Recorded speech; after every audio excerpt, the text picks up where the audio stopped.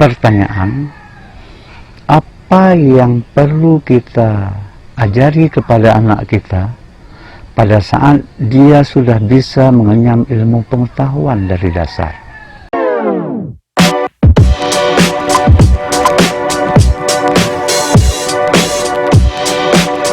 Assalamualaikum warahmatullahi wabarakatuh. Alhamdulillahilladzi faddala bani Adam bil ilmi wal amal ala jami'il alam. Wassalatu wassalamu ala sayyidina Muhammadin sayyidil arabi wal ajam wa ala alihi wa sahbihi wa nabil uluma wal hikam amma ba'd. Kami ucapkan selamat datang kembali di channel Muslim Darui. Pada kesempatan yang berbahagia ini, mari bersama kita sharing tentang hal-hal yang paling diwajibkan dalam kehidupan kita. Salah satunya adalah pertanyaan, apa yang perlu kita ajari kepada anak kita pada saat dia sudah bisa mengenyam ilmu pengetahuan dari dasar? Pengetahuan apa yang perlu kita ajarkan kepada anak kita? Pengetahuan dasar apa yang wajib kita suguhkan kepada anak kita yang baru bisa bercakap-cakap untuk bisa menerima ilmu pengetahuan? 6 pertanyaan yang wajib diketahui oleh anak kita yang baru bisa untuk mengenyam ilmu pengetahuan. Yang pertama adalah, siapa nabi kita?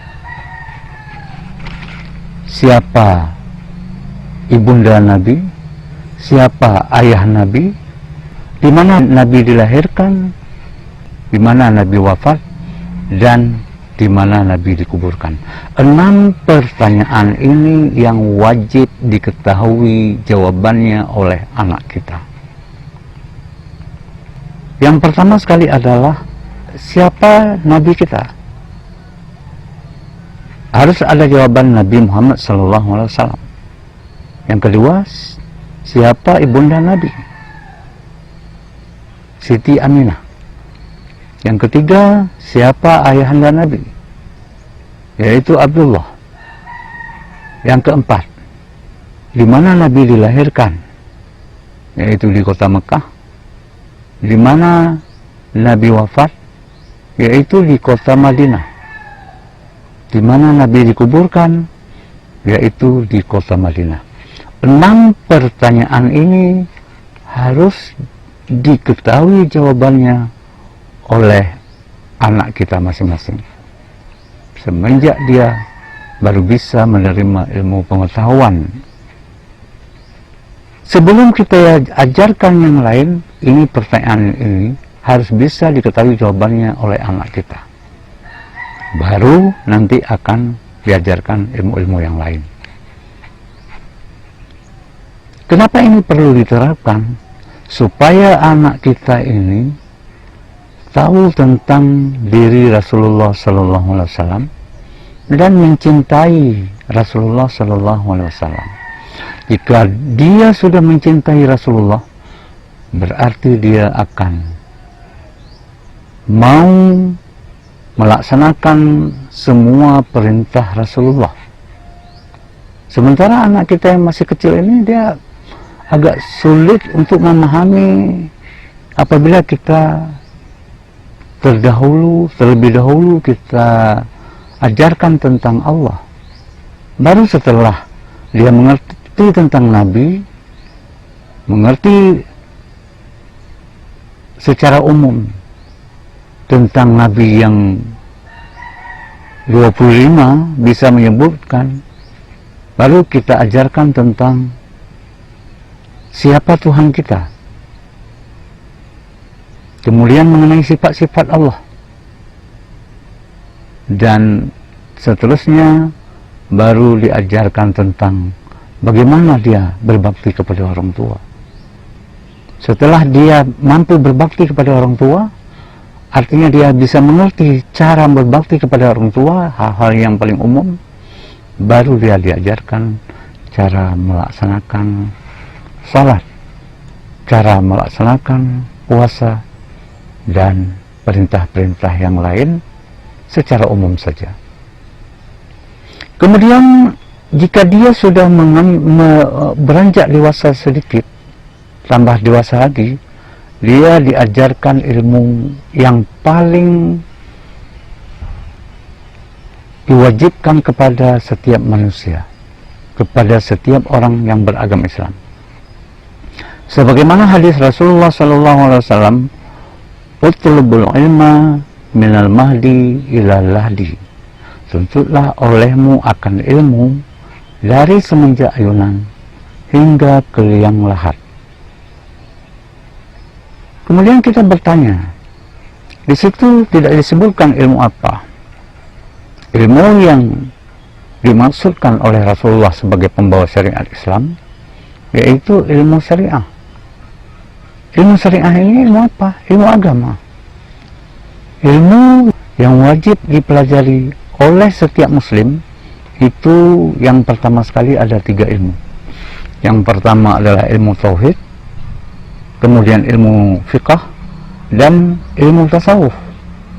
Setelah 3 ilmu ini, baru ilmu yang mendukung ini, yaitu ilmu nahwu, ilmu syaraf, dan ilmu-ilmu yang lainnya.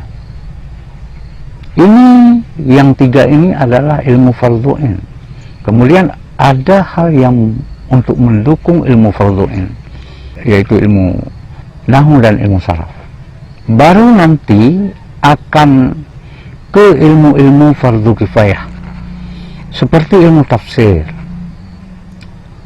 ilmu hadis, kemudian ilmu mantik, ilmu bayan, ilmu ma'ani, dan banyak sekali ilmu-ilmu untuk menunjang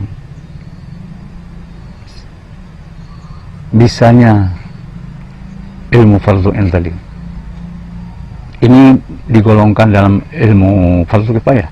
Kemudian nanti ada ke depannya lagi mempelajari ilmu fardu kifayah yang seperti kedokteran, pertanian, pertukangan, dan banyak lagi yang lainnya, ilmu elektronik, ilmu listrik, dan sebagainya.